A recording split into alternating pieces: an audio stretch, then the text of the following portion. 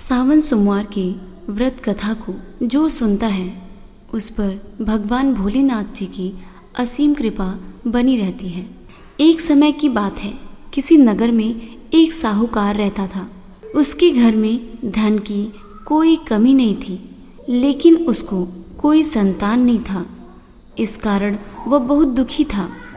पुत्र प्राप्ति के लिए वह प्रत्येक सोमवार व्रत रखता था और पूरी श्रद्धा के साथ शिव मंदिर जाकर भगवान शिव जी और पार्वती जी की पूजा करता था। उसकी भक्ति देखकर एक दिन माँ पार्वती प्रसन्न हो गई और भगवान शिव जी से उस साहूकार की मनोकामना पूर्ण करने का आग्रह किया।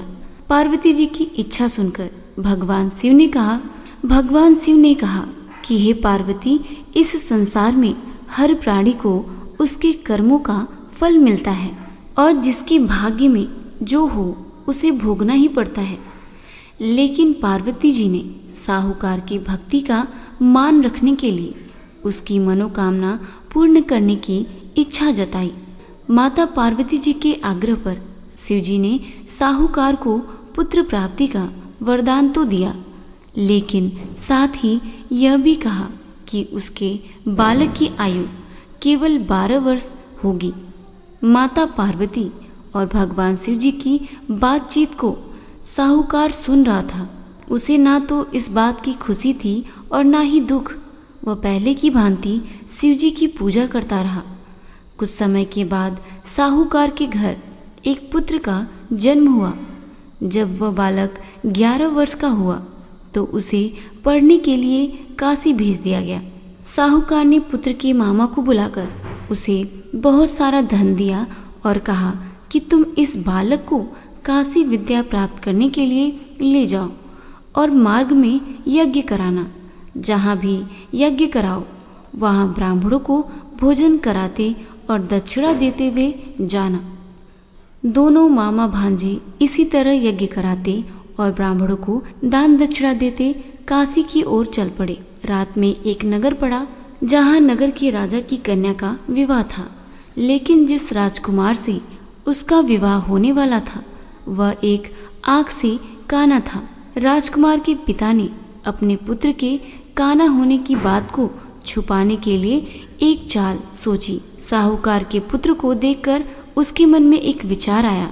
उसने सोचा, क्यों न इस लड़के को दुल्हा बनाकर राजकुमारी से विवाह करा दूं।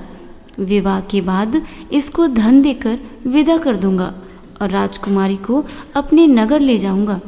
लड़के को दूल्हे के वस्त्र पहनाकर राजकुमारी से विवाह कर दिया गया। लेकिन साहूकार का पुत्र ईमानदार था। उसे यह बात न्याय संगत नहीं लगी। उसने अवसर पाकर राजकुमारी की चुन्नी की पल्ले पर लिखा कि तुम्हारा विवाह तो मेरे साथ हुआ है, लेकिन जिस राजकुमार के संग तुम्हें भेजा जाएगा वह एक आँख से काना है। मैं तो काशी पढ़ने जा रहा हूँ। जब राजकुमारी ने चुन्नी पर लिखी बातें पढ़ी तो उसने अपने माता पिता को यह बात बताई। राजा ने अपनी पुत्री को विदा नहीं किया, जिससे बारात वापस चली गई। दूसरी ओर साहूकार का लड़का और उसका मामा काशी पहुँचे और वहाँ जाकर उन्होंने यज्ञ किया। जिस दिन लड़के की आयु 12 वर्ष की हुई उसी दिन यज्ञ रखा गया। लड़के ने अपने मामा से कहा कि मेरी तबीयत कुछ ठीक नहीं है। मामा ने कहा कि तुम अंदर जाकर सो जाओ। शिव जी के वरदानुसार कुछ ही देर में उस बालक के प्राण निकल गए। मृत भांजे को देख उसके मामा ने विलाप शुरू किया। संयोगवश उसी समय शिव जी और माता पार्वती जी उधर से ही जा रहे थे। पार्वती जी ने भगवान जी से कहा, स्वामी, मुझे इसके रोने के स्वर सहन नहीं हो रहे। आप इस व्यक्ति के कष्ट को अवश्य दूर करें।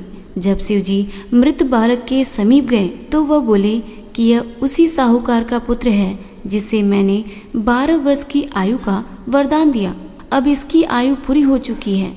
लेकिन मातृ भाव से विभोर माता पार्वती जी ने कहा कि हे महादेव, आप इस बालक को और आयु देने की कृपा करें, अन्यथा इसके वियोग में इसके माता पिता भी तड़प तड़प कर मर जाएंगे। माता पार्वती जी के आग्रह पर भगवान शिव जी ने उस लड़के को जीवित होने का वरदान दिया। शिव जी की कृपा से वह लड़का जीवित हो गया। शिक्षा समाप्त करके लड़का मामा के साथ अपने नगर की ओर चल दिया। दोनों चलते हुए उसी नगर में पहुंचे जहां उसका विवाह हुआ था। उस नगर में भी उन्होंने यज्ञ का आयोजन किया।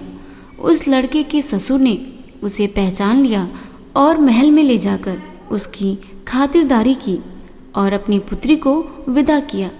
इधर साहूकार और उसकी पत्नी भूखे प्यासे रहकर बेटे की प्रतीक्षा कर रहे थे। उन्होंने प्रण कर रखा था कि यदि उन्हें अपने बेटे की मृत्यु का समाचार मिला तो वह भी प्राण त्याग देंगे, परंतु अपने बेटे के जीवित होने का समाचार पाकर वह बेहद प्रसन्न हुए।